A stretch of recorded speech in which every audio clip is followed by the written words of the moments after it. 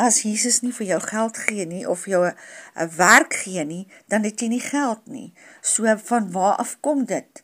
Alles is van Jesus af, en hy voorsien vir jou elke dag. Hy gee vir jou elke dag. So, hoekom wil jy nie die Here dien nie? Hoekom aanbid jy die geld en van mammon? Hoekom is geld belangriker as Jesus? En onthou, dit kan net so vinnig van jou al weggevat word. Nie dat Jesus het wil doen nie, maar as jy aanhou om geld na te jaag en geld bo Jesus te stel, dan gaan hy dit van jou al wegvat. Dit kan vinnig gebeur. So aanbid vir Jesus, moenie jou geld aanbid en najaag nie.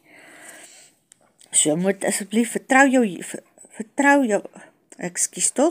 plaas jou vertroue in Jesus, op God, en nie die wêreldse dinge nie. So moenie geld bo Jesus stel nie.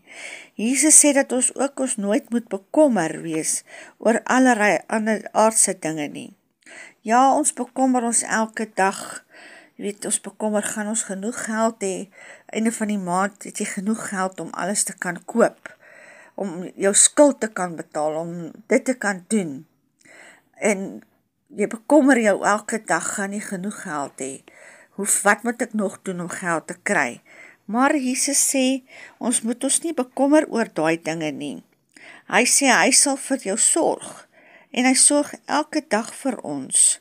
Die woord sê, moet jou nie kwel oor wat jy gaan drink of eet of aantrek nie. Die Here sorg vir jou. Hy sê, kyk na die voëls, hulle saai nie en hulle maai nie. Hulle maak nie by mekaar nie, en tog voed die Here hulle. Is jy dan nie meer werd as hulle nie?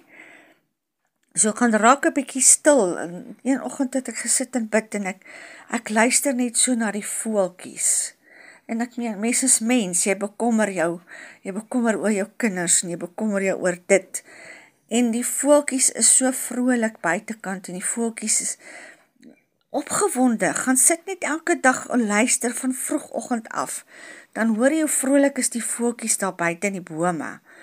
Hulle fluit en hulle gaan aan en hulle is vrolik en opgewonde. En niemand is die wilde voeltjies, niemand sorg vir hulle nie, maar elke dag het hulle iets om te eet.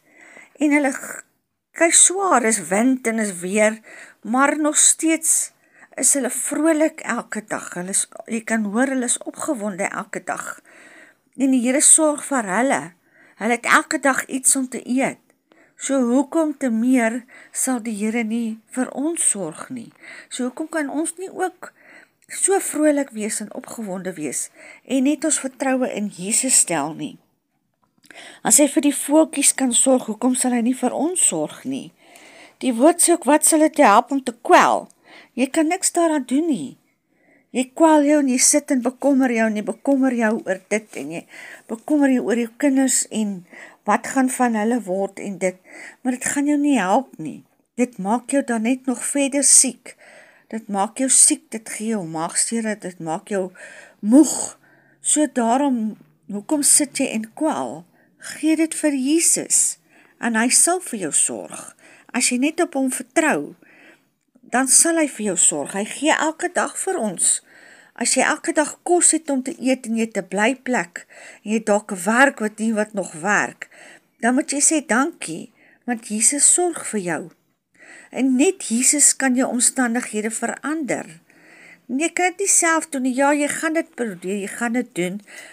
Jy probeer alles in jou vermoë om jou omstandighede te verander, maar nog steeds as jy op Jesus vertrou, dan sal hy jou help. As jy op hom vertrou en vra, dan sal hy vir jou 'n werk gee as jy 'n werk soek, of as jy 'n huis nodig het, of wat ook al ever jy nodig het. Jesus sal vir jou sorg, hy sal vir jou gee wat jy nodig het, maar jy moet op hom vertrou, jy moet hom vra daarvoor. En God het alles gemaak en hy sorg vir alles.